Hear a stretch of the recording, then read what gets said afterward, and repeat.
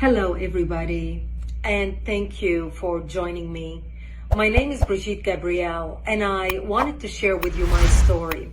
I realized yesterday when I put a post about my background that many of my new followers and people who know me as a political commentator who's always commenting on political events and current events, that a lot of people have no idea about my background and why I am so passionate speaking the way I speak.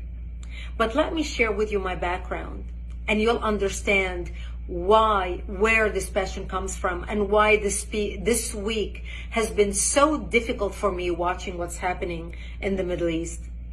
You see, I was born and raised in Lebanon, which used to be the only majority Christian country in the Middle East.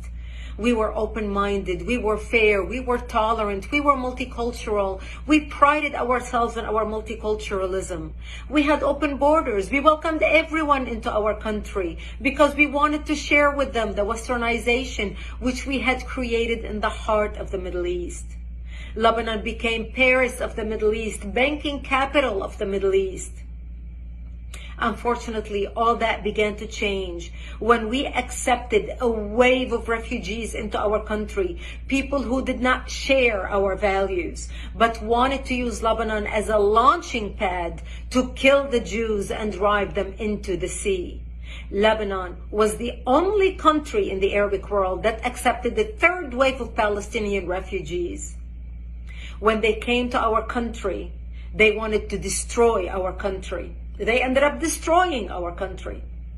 My 9/11 happened to me in 1975 when radical Islamic Palestinians blew up my home, bringing it down, burying me under the rubble wounded. I ended up in a hospital for 2.5 months. And as I laid in a hospital bed, hooked up to IVs, I would ask my parents, why did they do this to us? And my parents would tell me, because we are Christians, they consider us infidels and they want to kill us. So I learned since I was a 10-year-old little girl that I am wanted dead simply because I was born into the Christian faith and lived in a Christian town. We ended up leaving the hospital and coming back home, but my home was no longer the home I left. I ended up living in a bomb shelter underground in an 8x10 room without electricity, without water, and very little food. And that's where I lived for the next 7 years of my life, from the age of 10 till the age of 17, robbed of my youth. The Palestinian Islamists cut off all water supplies to our town, cut off electricity, cut off food. In order for us to go out and get some greenery, we would go out and dig out dandelions and different greenery that grew around our bomb shelter because it was the only salads we had to eat. To get some water, we would crawl into a nearby spring to get some water because we were surrounded by Islamic Palestinian snipers shooting at us.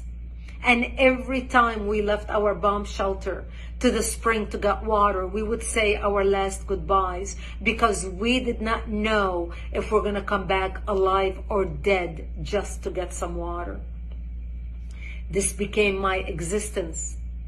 I remember a few years into the war, in the beginning we thought it's going to be a couple weeks, and then everybody's going to see the massacres that the Palestinians are doing to the Christians in Lebanon, how they put their heads together with the Muslims in Lebanon and declare jihad on the Christians, the massacres of children, the slaughter, even the crucifixion of Christian men on crosses. One of the famous city massacres was in the city of the Moor in Lebanon, where they massacred the whole town. This barbarism, this Palestinian barbarism is not new. My father would say, all the Christian nations are going to wake up and see what's happening to Lebanon, to the Christians, and they're going to come save us. But nobody came and the world forgot about us. I remember 3 years after living in the bomb shelter, I was 13 years old, and one of our militia, one of our Christian friends stopped by. And he said to me, Brigitte, we heard a lot of chatter on the radio, and we believe tonight we are going to be slaughtered. And he said, if I don't see you tomorrow, I wish you a merciful death. and he left.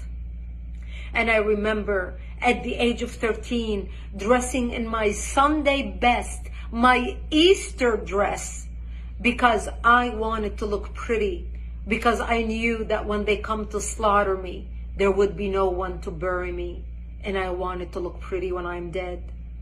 And I remember my mother combing my long black hair as I sobbed, begging her, I don't want to die. I'm only 13 years old.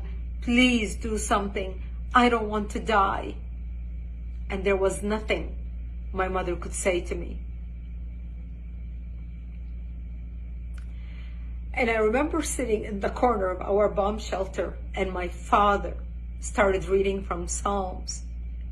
I shall walk into the valley of death and fear no evil, for thou art with me.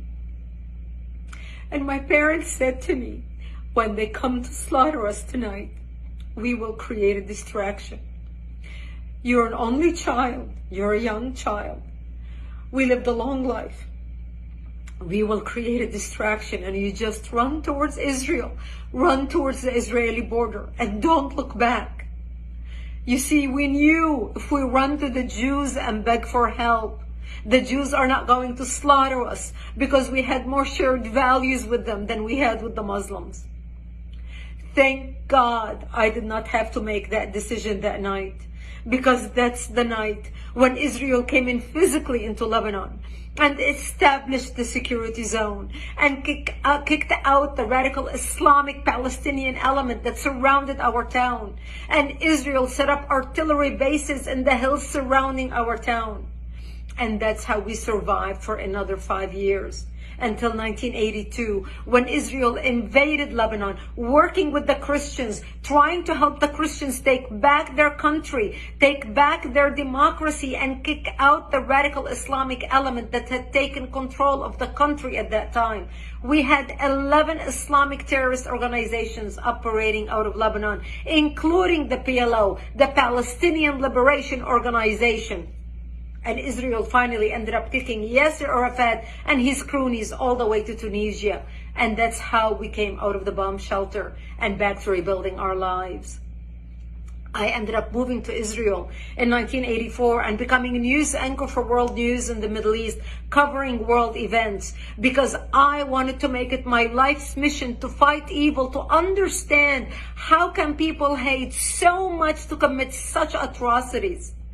My life story is detailed in a book titled Because They Hate. A survivor of Islamic terrorism warns America. The book sold over 1 million copies. It came out in 2006. I encourage you to read it. I encourage you to order it so you can understand why I fight terrorism, why I speak with such passion and conviction. People who watch me debate people and fight people and care less about the labels people throw at me. They call me radical. They call me a hater. I don't hate anybody. I pray for the Middle East. Today I'm praying for the Jews, for the Palestinians, for the Lebanese, for the innocent people who are dying or who are going to die because of the work of Hamas, because of the work of Hezbollah, because of the work of Iran, because of the crazy radicals who want to kill, who want to create mayhem on the world.